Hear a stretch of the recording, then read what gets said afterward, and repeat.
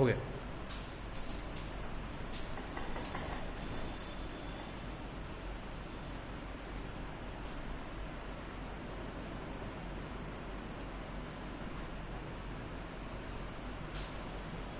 महाकवि कालिदास प्रणीतम अभिज्ञान शाकुंतलम प्रथमो अंक।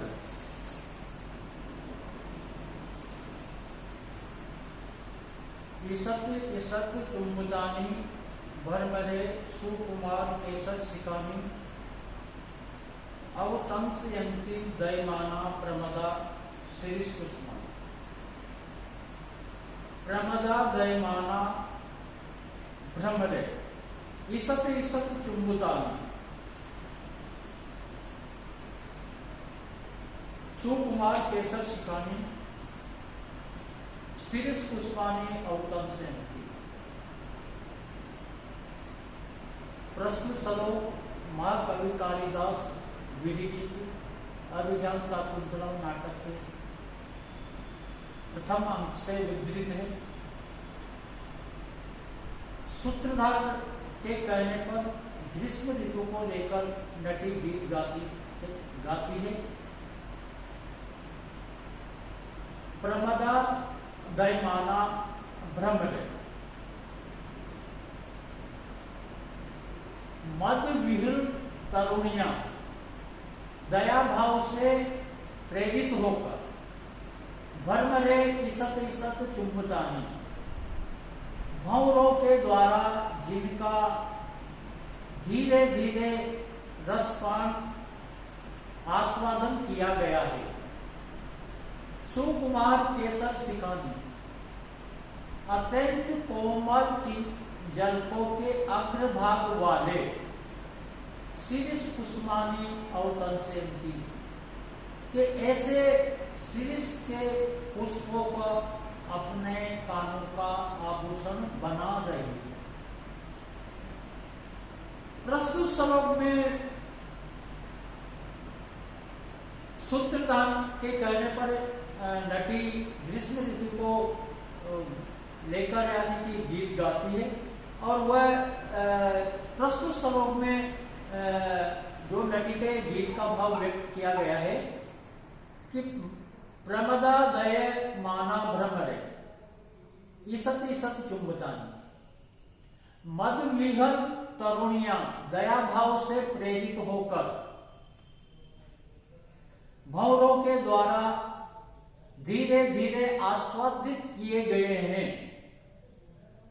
सुकुमार केसर शिकानी अत्यंत कोमल किंचलकों के अग्रभाग वाले शिरीष कुसुमानी अवतंसयन्ति शिरीष के पुष्पों को अपना कानों का आभूषण बना रही है।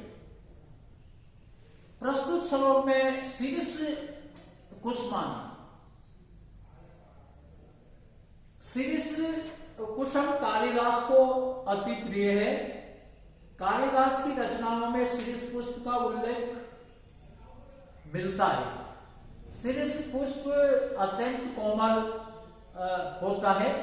इसी कोमल होने से मद विहुल जो तरुणियां हैं उनके दया भाव से रखते हुए और ऐसे यानी कि जो शिरीष के पुष्प है वो पहला तो के भ्रमरों के द्वारा जिनका धीरे धीरे रसपान किया गया है या आस्वादन किया गया है और कोमल किंजलकों के अग्रभाग वाले हैं।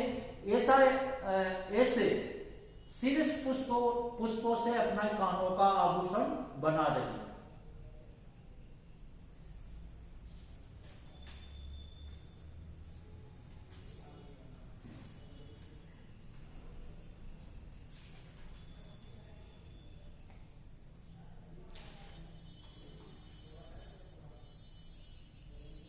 तवा अस्मि गीत रागेण हारिणा पृष्ठभम हरित ऐसे राजेव दुसेन सारेंगे अतिहंस।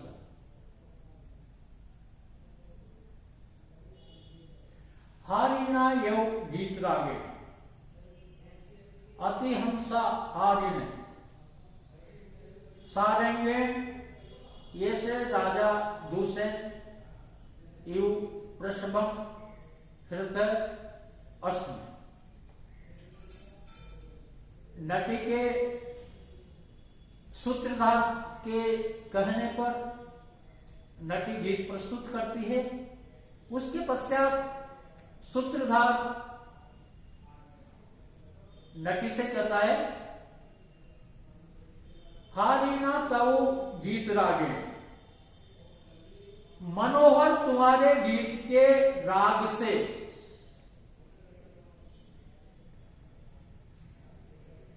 अतिहंसा हारेण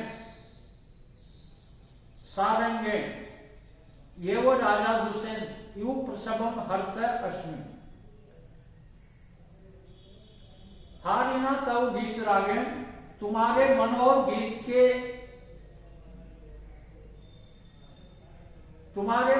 गीत के संगीत से आकृष्ट चित्त वाला अतिहंसा हारेण इसलिए अत्यंत वेगशाली और दूर तक ले जाने वाले हरण करने वाले सारंगेण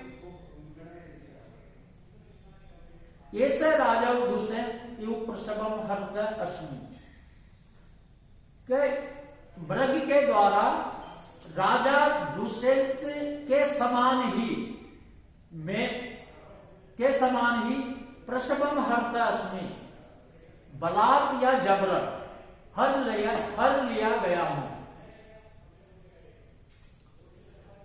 सूत्रधार नटी का जो गीत गाने के पश्चात सूत्रधार अपनी पत्नी नटी से कहता है कि बहुत मधुर गीत गाया है और तुम्हारी गीत के राग से सभी दर्शक चित्रलिखित से हो रहे हैं। तो अब ये बताओ कि किस प्रकरण या नाटक को अभिनय करके और इन लोगों को प्रसन्न किया जाए। तो नटी कहती है कि आपने पहले ही कहा था कि महाकवि कालिदास द्वारा विरचित नवीन अभिज्ञान शाकुंतलम नाटक का अभिनय करना है। तत्प्रति पात्रां अधिकां यत्न के प्रत्येक पात्र पर ध्यान देना चाहिए। यहां लेकिन ये पहले कहा था। तो सूत्रधार कहता है कि आर्य समेत अनुभव तो अस्मि कि ये तो मैं भूल ही गया था, ये तुमने ठीक याद दिलाया। तो किस तरह यानी कि नटी के गीत से मुक्त होकर सूत्रधार की स्थिति क्या है। तो सूत्रधार अपनी पत्नी नटी को बता रहा है, हारिना ये वो गीत रागेण कि तुम्हारे मनोहर गीत के राग से आकृष्ट अतिहंसा हारिण सारंगेण का अत्यंत वेगशाली इसलिए दूर तक ले जाने वाले इस मृग के द्वारा ऐसा राजा दूषण यू प्रसवम हर्त अस्मि कि राजा दूषण के समान ही मेरे को भी हर लिया। नटी ने जो गीत प्रस्तुत किया है वो बहुत ही यानी कि सुंदर और मधुर है। तो इतना सूत्रधार इतना मंत्र मुग्ध या सुदबुद्ध खो बैठा कि उसको कुछ पता ही नहीं। तो वह कह रहा है कि इस तुम्हारे गीत से यानी कि मेरे को भी हर लिया गया है। और किस प्रकार हर लिया गया है कि जिस प्रकार से राजा दूषण वह मृग यानी कि का पीछा करते करते वह मृग भी यानी कि राजा दूषण को दूर तक ले गया है। तो यहाँ पर यानी कि स्थिति जो सूत्रधार की भी यानी कि राजा दूषण के समान ही बताई गई। प्रस्तुत पद्य में अनुष्टुप छंद है।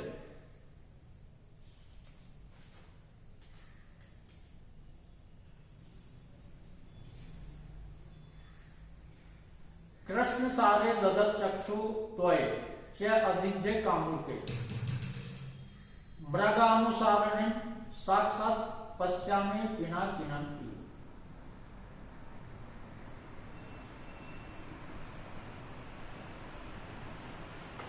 सूत्रधार और नटी के पश्चात मृग का पीछा करते हुए हाथ में धनुष बाण लिए हुए रथ में बैठे हुए राजा सूत आते हैं। सूत राजा और मृग को देखकर आयुष्मान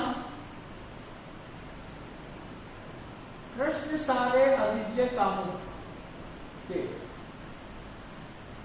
तो चक्षुदल अहम मृगोना मृगा अनुसारिणम साक्षात पिनाकिनम पश्यामि।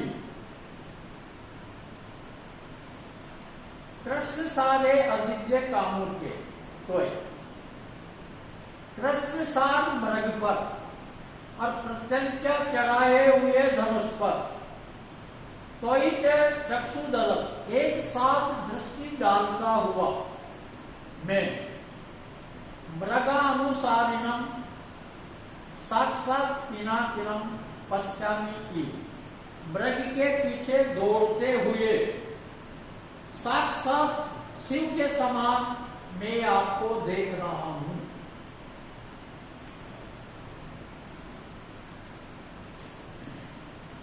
सूत राजा से कहता है कि राजनम मृगम च अवलोक्य आयुष्मान। सूत यानी कि राजा और मृग को एक साथ देखकर कृष्ण सारे आदित्य कामोटी तोय चक्षुदल कृष्ण सार विशेष प्रकार के मृग पर और प्रशंसा चढ़ाए हुए धनुष पर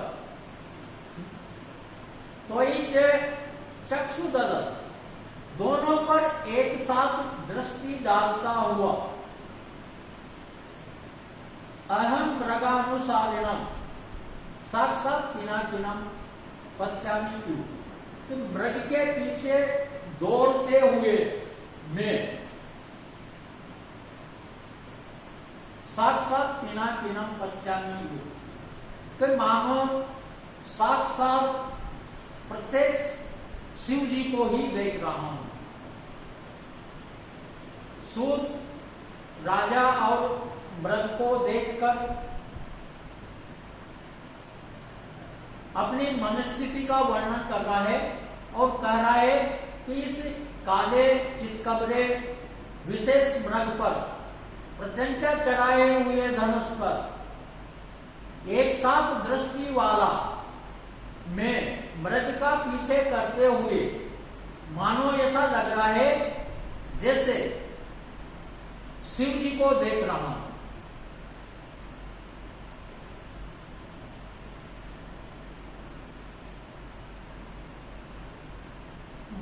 मृगा अनुसारणम पिनाकिनम इस श्लोक में एक पौराणिक कथा की ओर संकेत मिलता है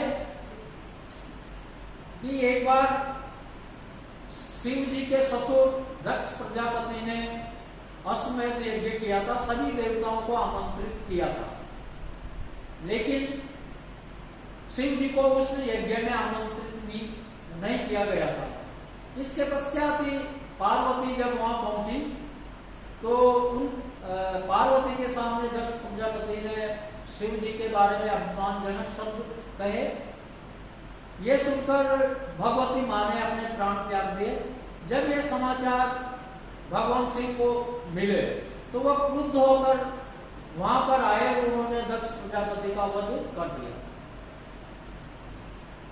उस अवसर पर जब यज्ञ मृग का रूप धारण करके भगने लगा तो भगवान शिव ने अपने पिनाक नामक धनुष पर प्रत्यंचा चढ़ाकर और उसका पीछा किया और उसके बाद में उसका वध कर दिया। तो यहाँ पर इस श्लोक के द्वारा उसका संकेत दिया गया है कि मृग का रूप धारण करने वाले यज्ञ का पीछा करते हुए शिव जी जैसे लग रहे थे वैसे ही दुष्यंत यानी कि महाराज आप भी लग रहे हो।